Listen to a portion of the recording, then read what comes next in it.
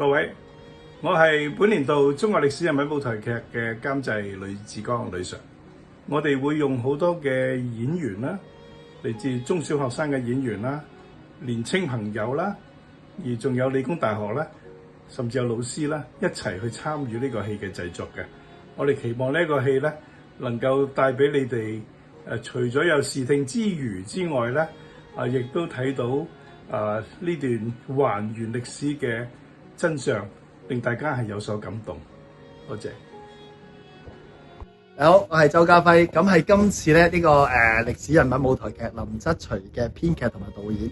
咁今次咧其實係有好大嘅難度嘅，因為咧今年咧我係第3次好開心可以幫國師教育中心去讀一個歷史人物劇啦。咁今次我亦都兼任埋編劇嘅崗位。咁點樣可以將林則徐呢個人物咧可以大家都耳熟能詳啦，可以將佢寫得好咧？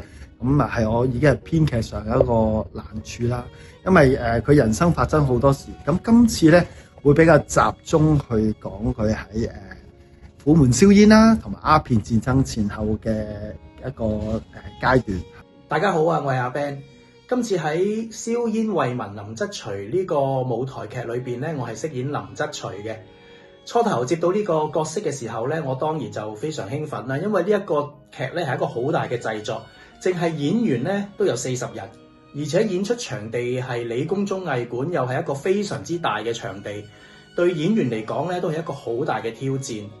最重要嘅係林則徐呢一個人物對中國同埋香港嘅歷史都有好重大嘅意義。今次加埋家輝導演喺舞台上邊嘅處理，我相信無論係演員又或者係觀眾都會喺舞台上邊感受到嗰一種張力。同時亦都令我哋咧更加會認識到咧林則徐嘅生平同埋佢嘅心路歷程。